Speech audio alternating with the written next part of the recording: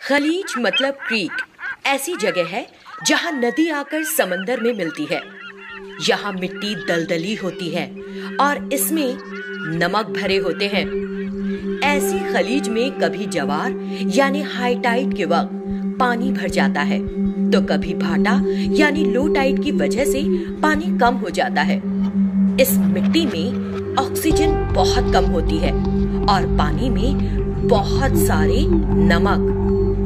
मामूली पेड़ पौधों को ना तो यहाँ सांस मिलेगी, ना मिलेगी ग़िज़ाइयत और ना ही सहारा। अब आप ही सोचिए, ऐसी अजीब खलीज और दलदली मिट्टी में भला किस तरह के पौधे जिंदा रह सकते हैं। हम मुंबई में एक ऐसी ही खलीज में हैं। यहाँ तो कई सारे पेड़ पौधे दिख रहे हैं। ये यहाँ जिंदा कैसे रहते हैं? ये कोई मामूली पेड़ पौधे नहीं, ये तो है मैंग्रोव्स, जो बिल्कुल इसी सूरत में पाए जाते हैं। मैंग्रोव्स यहाँ का फ्लोरा यानी यहाँ के मखसूस पौधे हैं। महकमाए जंगलात की मदद से आज मैंग्रोव्स की सैर। इस वक्त भाटा है, किनारे पर पानी उतरा हुआ है और दलदली मिट्टी में लातेदार जानदार अपना पेट भर रहे हैं। खेकड़े, गोंगे, मड स्किपर और कई तरह के हशरात। हमें है जवार का इंतजार। पानी चढ़ा और हम हुए स्पीड बोट में सवार। सवारी मैंग्रोव को पास से देखने के लिए। असल में मैंग्रोव कोई एक तरह का पेड़ या पौधा नहीं, बल्कि मुख्तलिफ तरह के पेड़ पौधे और झाड़ियां हैं जो समंदर और नदियों के संगम की दलदली और खड़ी मिट्टी में उगते हैं। हमारे दोनों तरफ इस वक्त मैंग्रोव्स हैं। इस तरह की दलदली मिट्टी मैंग्रोव के उगने और बढ़ने के लिए मौजू होती है। यहाँ जड़ें दूर दूर तक क्यों फैली हुई हैं? ऐसी दलदली मिट्टी में खड़े हो पाना मुश्किल है। मैंग्रोव में इन जड़ों का एक खास निजाम होता है सहारा देने के लिए। सहारा देने वाली इन जड़ों को प्रॉप रूट्स कहते हैं। बहुत सारे अक़साम के मैंग्रोव्स में भी इस तरह के प्रॉप रूट्स का एक जाल फैला होता है। ये मिट्टी के बाहर निकला हुआ क्या है? ये भी जड़ें हैं और ये सांस लेने के लिए खुसूसी निजाम रखती हैं। इस मिट्टी में तो ऑक्सीजन बहुत कम है। यही वजह है कि खुसूसी जड़ें मिट्टी से बाहर निकलती हैं। इनमें छोटे छोटे सुराख होते हैं। पानी से बाहर निकलती इन जड़ों को इंग्लिश में न्यूमेटोफोर्स कहते हैं। इन्हीं में से होता है गैसों का तबादला। मजे की बात यह है कि जवार यानी हाई टाइड के दौरान जब पानी ऊपर चढ़ता है तो ये जड़ें खारी पानी में डूब जाती हैं। अब ये सांस नहीं ले सकती, लेकिन भाटा यानी लो टाइड के वक्त जब पानी उतरता है तो ये ऑक्सीजन अंदर लेती हैं।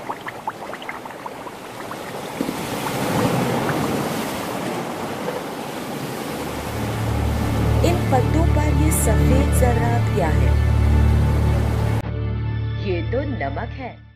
मैंग्रोव्स के गिरदो नवा में मैंग्रोव्स पत्तों से नमक भरे फेंकते हैं। नमक से निजात हासिल करने के लिए ये एक अनोखा निजाम है। कुछ मैंग्रोव्स में नमक से बचाने का काम जड़ें करती हैं, जो छलनी की तरह नमक को पानी से अलग कर देती हैं और पौधों के अंदर नमक को जाने से रोक देती हैं। जमीनी पौधों में फूलों में जैरगी का अमल यानी पॉलिनेशन होता है। बीज बनते हैं, बीज फैलकर जमीन में उगते हैं और उन्हीं से नन्हे पौधे उगते हैं। मैंग्रोव्स में भी तो फूल उगते हैं, जैरगी का अमल होता है, लेकिन बने हुए बीज उगने के लिए क्या ये दलदली जमीन ठीक है? नहीं ना। लिहाजा मैंग्रोव में अफजाइश पजीरी के लिए भी एक खुसूसी निजाम मौजूद है। कुछ मैंग्रोव में बीज बालिग दरख्त से अलग नहीं होते हैं। दरख्त पर ही उगते हैं और बढ़ते हैं। वो तभी अलग होते हैं जब वो आजाद जिंदगी के लिए थोड़े बड़े हो चुके हों। इन मैंग्रोव्स में एक बहुत खास निजाम है। नोकीले भाले की तरह ये नन्हा पौधा दलदली मिट्टी में धंस जाता है और आजाद जिंदगी शुरू करता है।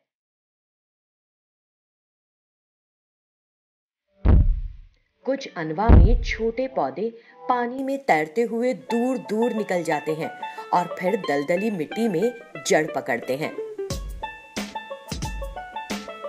बच्चे देने वाले जानवर विविपैरस कहलाते हैं। इसी तरह छोटे पौधों को पैदा करने वाले मैंग्रोव्स की अफजाइश के इस तरीके को विविपैरी कहा जाता है। हमारे मुल्क में एक बहुत बड़ा साहिली रकबा है। यही वजह है कि हिंदुस्तान में मैंग्रोव कसरत से पाए जाते हैं। तमिलनाडु में पिचवारम और वेस्ट बंगाल में सुंदरबन हमारे मुल्क के मशहूर और खुशहाल जंगलात हैं। काफी वक्त तक मैंग्रोव्स को यूं ही काट दिया जाता था। वो बेकार पौधे समझे जाते थे, लेकिन 2004 में इस सोच में बदलाव आया। इस साल आए सुनामी ने साहिली एशिया के गांव बर्बाद कर दिए।